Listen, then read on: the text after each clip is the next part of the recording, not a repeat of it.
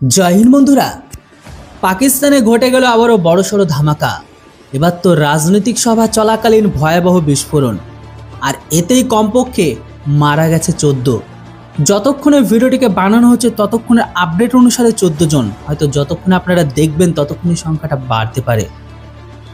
বর্তমানে সময় একটি স্টেডিয়ামের পার্কিং লটে সভা চলছিল, সেই সময়ই তীব্র ধামাকা ঘটে বলে খবরটাই এমনই বেরিয়ে এসেছে। সেখানে পাক সরকার বিরোধী বালুচিস্তান ন্যাশনাল পার্টির অনেকে উপস্থিত ছিলেন বলে জানা যায়। ঘটনাটি ঘটে গেছে গত মঙ্গলবার রাত্রে। পাকিস্তানের ঠিক দক্ষিণ পশ্চিমের বালুচিস্তানের কোয়েটা শহরে এই ঘটনাটি ঘটে। সেখানকার সরকারি আধিকারিক হামজা সফর জানিয়েছে যে জাতীয়তাবাদী নেতা তথা সেই অঞ্চলের পার্টির সর্দার আতাউল্লাহ মেঙ্গলের মৃত্যুবার্ষিকী উপলক্ষে বিশেষ সভার আয়োজন হয়েছিল, আর সেখানে ধামাকাকে ঘটানো হয়। আতাউল্লাহর ছেলে সর্দার আক্তারা মেঙ্গলও ওই সভায় নাকি উপস্থিত ছিল, তবে তিনি সুরক্ষিত আছেন। ধামাকায় প্রায় 30 জন আহত হয়েছে বলে খবর।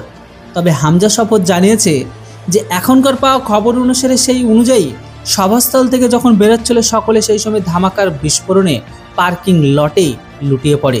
প্রাথমিক তদন্তে এই ঘটনাকে আত্মঘাতী ধামাকা হিসেবে দেখছে পুলিশ।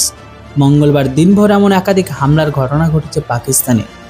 সাত সকালেই প্রথম উত্তর পশ্চিমের বান্নু শহরে ধামাকা বোঝায় গাড়ি নিয়ে আধা সেনা শিবির দেওয়ালে ধাক্কা মারে এক আত্মঘাতী ব্যক্তি। ধামাকার তীব্রতায় সেনাঘাটির দেওয়ালটি গুড়িয়ে যায়, যেটা অন্য ফ্রিডম ফাইটারদের ভিতরে ঢুকতে সাহায্য করে, এমনটাই সেখানকার পুলিশ জানিয়েছে।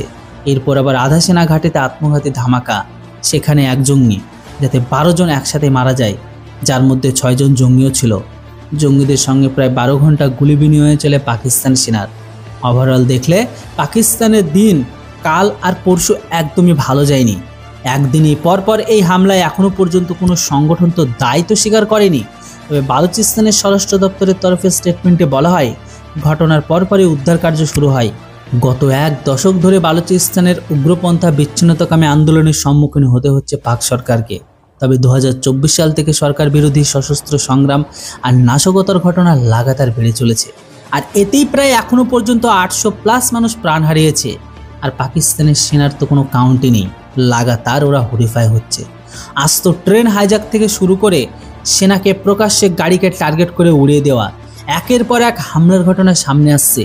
এই বছর জানুয়ারি মাস থেকে প্রায় 450 মানুষ প্রাণ হারিয়েছে বালুচিস্তানে, যাদের অধিকাংশ নিরাপত্তা কর্মী, মানে পাকিস্তানি সেনা। যেখানে মঙ্গলবার একের পর এক নাশকতা ঘটনা ঘটে যায়, সেই তালিকায় নতুন সংযোজন। এর নেপথ্যে বালুচিস্তানের সশস্ত্র সংগঠন বালুচ লিবারেশন আর্মির হাতও দেখছেন কেউ কেউ। তো যেটা হোক বন্ধুরা, ওভারঅল দেখলে আপনারা বুঝতে পারবেন পাকিস্তানের ঘরের ভেতরে পাকিস্তান যে গর্ত করেছিল অন্যকে ফেলার জন্য, আজ পাকিস্তানের ঘরের ভেতরে সেই গর্তে তারা নিজেরাই পড়ছে। যাই হোক, এর উপর আপনাদের কি মতামত সেটা অবশ্যই কমেন্ট বক্সে লিখে জানান।